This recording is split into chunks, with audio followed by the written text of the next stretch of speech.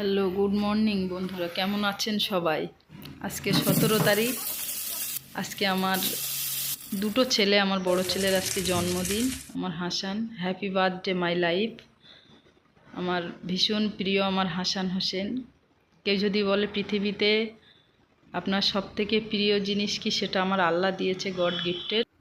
আমার হাসান আর হোসেন, তো আল্লাহ ওদের ভালো রাখুক, ভালো থাকো। Happy birthday Hasan.